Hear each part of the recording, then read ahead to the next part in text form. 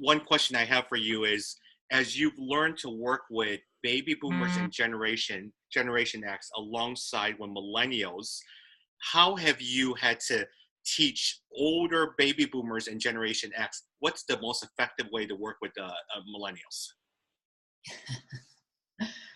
Good question. Because I really think it goes in both directions. I think millennials need to learn why they frustrate the system too, right?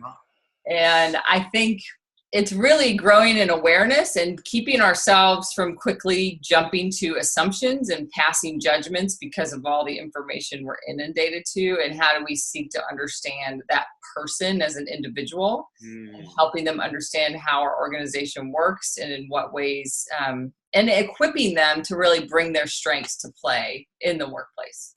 Got it.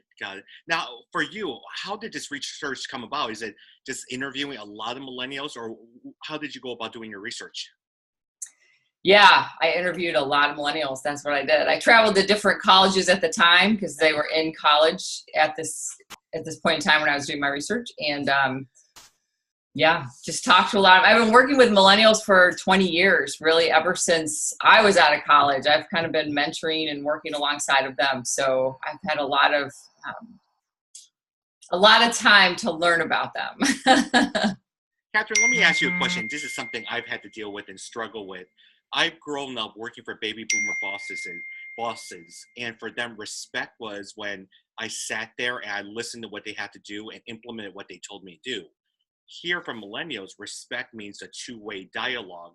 Am I on the right point, or am I completely off in terms of what respect means to each generation?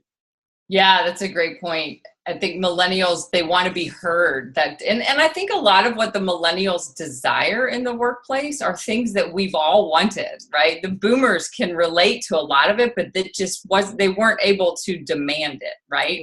Yeah. And millennials, there's so many of them and there's so many changes that they're able to say, you know what, this is what I want and you need to provide this for me. And so I think one thing that corporations have to, or organizations need to get really good at, is how do we give people space to be heard? And that doesn't mean we always do what they say, right?